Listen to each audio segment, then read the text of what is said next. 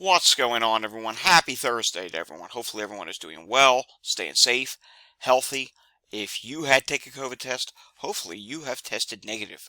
If you did test positive, I hope you have a full and speedy recovery with no long COVID issues. It is time now for the Thursday edition of the Pandemic Update for Thursday, September 12th, 2024. If you're new to my channel, welcome to my channel. This is where I do the daily pandemic update to keep you informed on COVID levels and levels of other viruses. The most important thing we talk about here is COVID. Why? COVID's not over, and COVID can be a severe disease still. People go on to die from COVID, get hospitalized, and of course there is the infamous long COVID, which is a problem for millions of people all around the world. Want to stay informed with what the COVID levels are and other viruses in your community? Well, I report on the United States, Canada, and around the world when we do find stuff for other places around the world. Subscribe down below, and I promise to give you a 15 to 20 minute video just about every day on what's going on with the current pandemic and these other viruses. So subscribe down below, give this a thumbs up, hit that notification bell, share this video with anyone you know, and leave your comments down below. I suspect today's video may lead to a few comments. Alright, starting off with the news, we're just going to do a few news items because we do have quite a bit of data to look at today, and state data, some of it being mixed, and you'll see what I mean when we get to that a little bit later. Starting off with something that's mixed in the bad way is Belgium. Belgium new SARS-CoV-2 wastewater surveillance update. This is on X, I'm finding this. The national viral load evolution is seeing a sharp increase. Take a look at this. You can see it here in this chart. There is clearly a large increase in amount of COVID being detected and the viral load at this time over in Belgium. So that is not good. Up in Alaska, state health officials confirm Alaskan infant death from whooping cough, otherwise known as pertussis. So they have now had a death from whooping cough up in Alaska. That's not a good thing whatsoever. In Kentucky, research. This is really interesting. I'm saying Kentucky. I should say, no, this is the University of Kentucky. I'm seeing UK thinking the United Kingdom. We'll actually be looking at the United Kingdom in just a bit. Long COVID patients have similar brain activity to those with dementia. UK researchers find. This is the University of Kentucky. And I believe we may have shared something like this before. That's fine. It's worth saying again. There's a lot of data out there that now suggests what's happening with the brain aging post-COVID. We know COVID can actually remain in the brain. It can cause brain fog, memory loss issues. A lot of it in new research is saying it looks very similar to Alzheimer's. That's scary, folks. I worked with an Alzheimer's patient, my grandmother, many years ago, over 10 years ago now. I took care of her for about 4 years as she dealt with Alzheimer's. I have neighbors on my block that are dealing with Alzheimer's, elderly neighbors. I mean, it is a horrible disease. Just knowing COVID can go on to cause these issues is very scary. It's something we really need to find treatment for, something we really need to prevent. You know how we can do that? Masking works. Wearing a mask to prevent the spread of COVID actually does work. Okay, in Ireland, the number of measles cases in Ireland so far this year is 28 times higher than last year. Yeah, that's not good. The latest figures available show doctors have treated 112 people for measles so far in 2024, compared to just 4 cases in 2023. That's ridiculous. And the year's not over yet. We got the rest of September, October, November, and December is yet to come. Ugh, we need to do something about this. Take a look what's going on now in the UK. Yes, the United Kingdom this time, not University of Kentucky. United Kingdom reports COVID cases, they're up slightly. It's not a major increase. It's up by 4.3%. And you know what? Let's refresh this again. That looks very similar to last week's number, but it's not last week's number. This is a new number. 1,587, up by 65, which is 4.3% higher.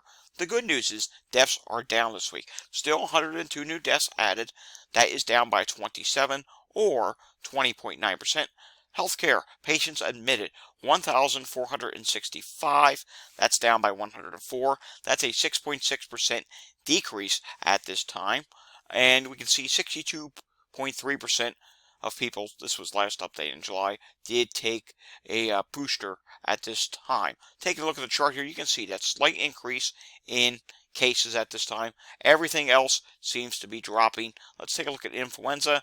Influenza is not really rising all that much yet, just a very slight increase in influenza positivity rate. So, not terribly concerned about that just yet. Heat-related illnesses, they're still a problem around the United States. You can see the Northeast and especially the Great Lakes still has quite a few areas, counties, that are still dealing with heat-related illness problems, as is the Southeast and portions of North Carolina and Virginia. The Southwest still has some regions as well. The Northern Plains is not too bad. Pacific Northwest, you still have problems out in Oregon and even a county or two in Washington State today. Take a look at what's going on now at the pollen levels. We have bright red in portions of Texas, Oklahoma, Kansas, Arkansas, even in the portions of New Mexico. 31% of the country is in medium status. There's a lot of orange surrounding that. You're not doing bad in the Pacific Northwest today. Northeast is not bad either. Southeast, just a few isolated areas doing bad. Places that are dealing with rainfall from Francine, the pollen levels are lower today. Taking a look at today's air qualities, and I do need to refresh the map. Let's see what we see, and we're going to see a lot of red and oranges and even some purples. I just know it because there's still a lot of fires going on out in the West Coast at this time. Here it comes. And it's actually a little bit better, but if you zoom in to individual areas, you can see here, San Bernardino, Los Angeles, not doing too well. Then you go further north, and there's still some sporadic issues. There's a lot of oranges, yellows, even some reds still in Montana.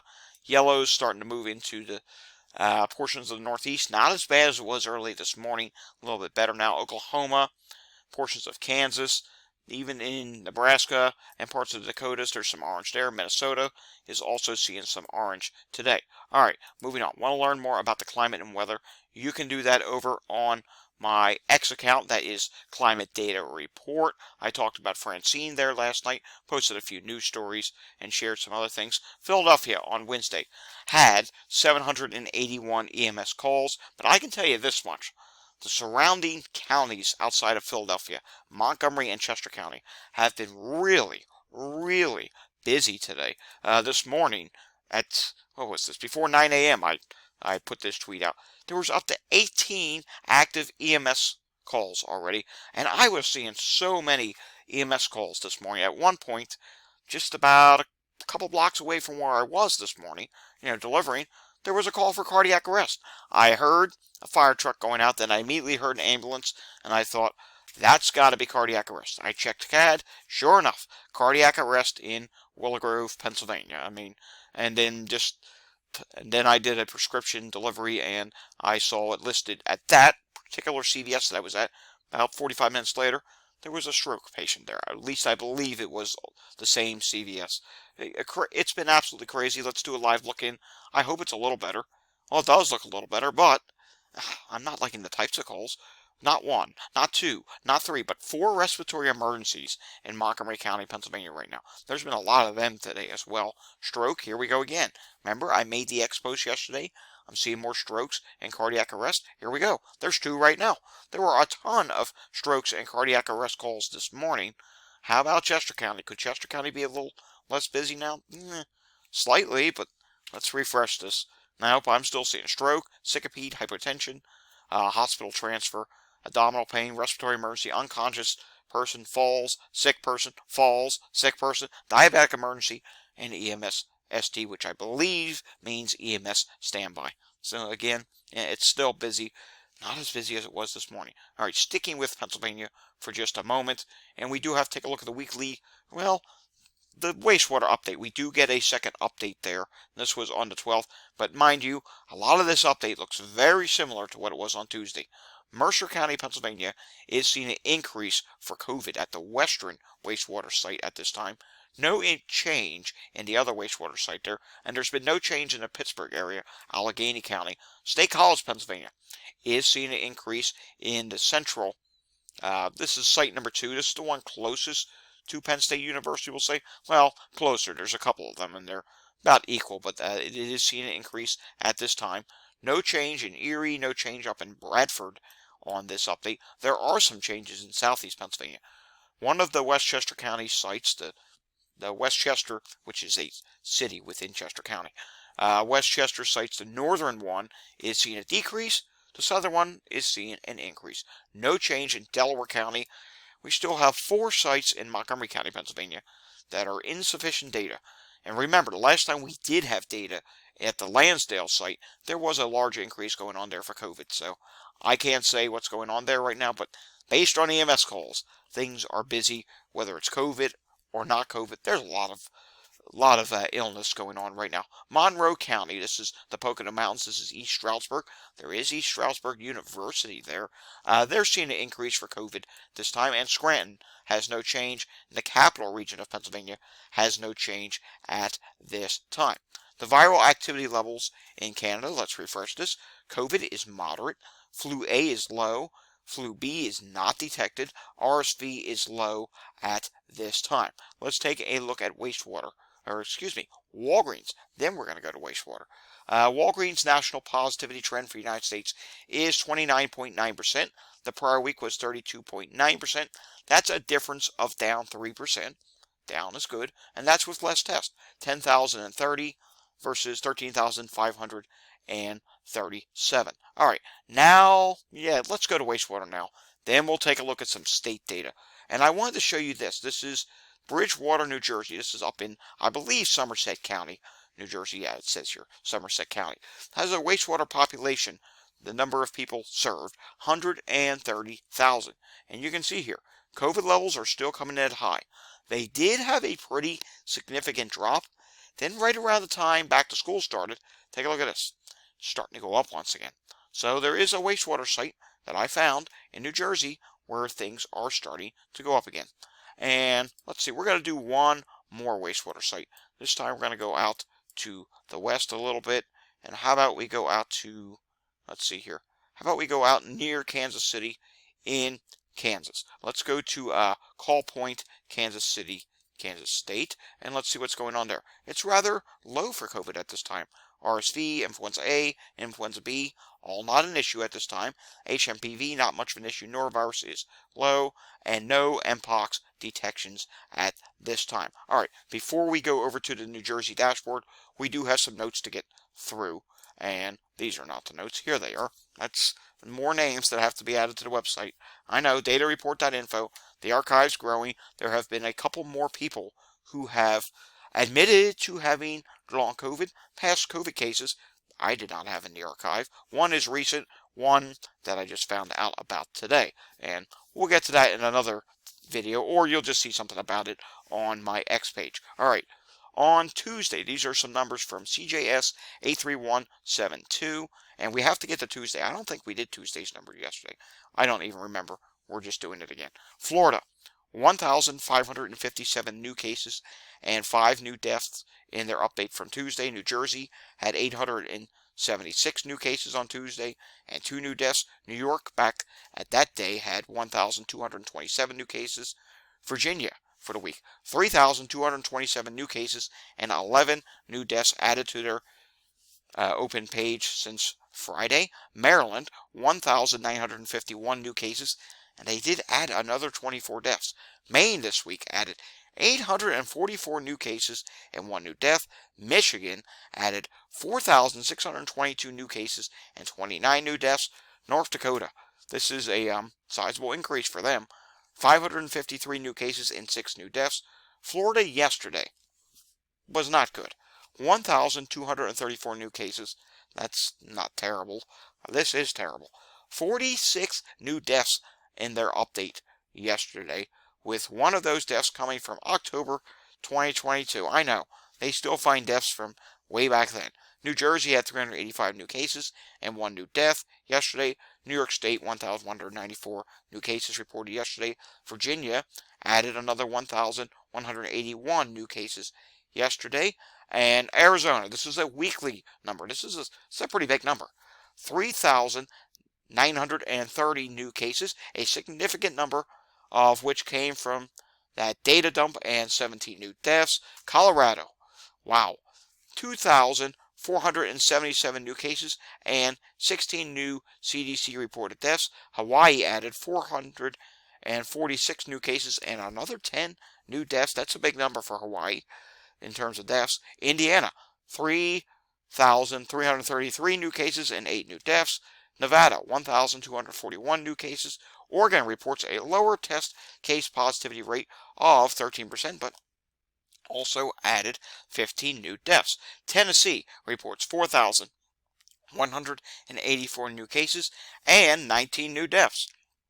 Washington reported 3,096 new cases and another 29 new deaths. So these numbers are still not all that good. Taking a look at New Jersey's dashboard for today, and we will get the hospital number up here in a moment. Here we go. 485 hospitalizations. That's out of 69 out of 70 hospitals reporting. Their hospitalization number has been dropping. 10 people on a ventilator and in the ICU at this time. If it ever decides to come up, 57 people in the ICU, and total discharges at this time are at 69. New York State. Today is the day that they added New York City, and take a look at this. Last week on this day, they added 2,178 new cases. Today, 2,151. That is very similar to last week. However, take a look at hospitalizations. Hospitalizations continue to drop at this time, and they are at 1,050 hospitalizations with 108 people in the ICU at this time. Good to see that number dropping. Not good to see the cases being very similar to what they were last week at this time. Also, something that's very similar to last week, Ohio, your 3-week trend. You can see the trend here for the last 3 weeks are very similar to each other. Last week they reported 10,295 cases.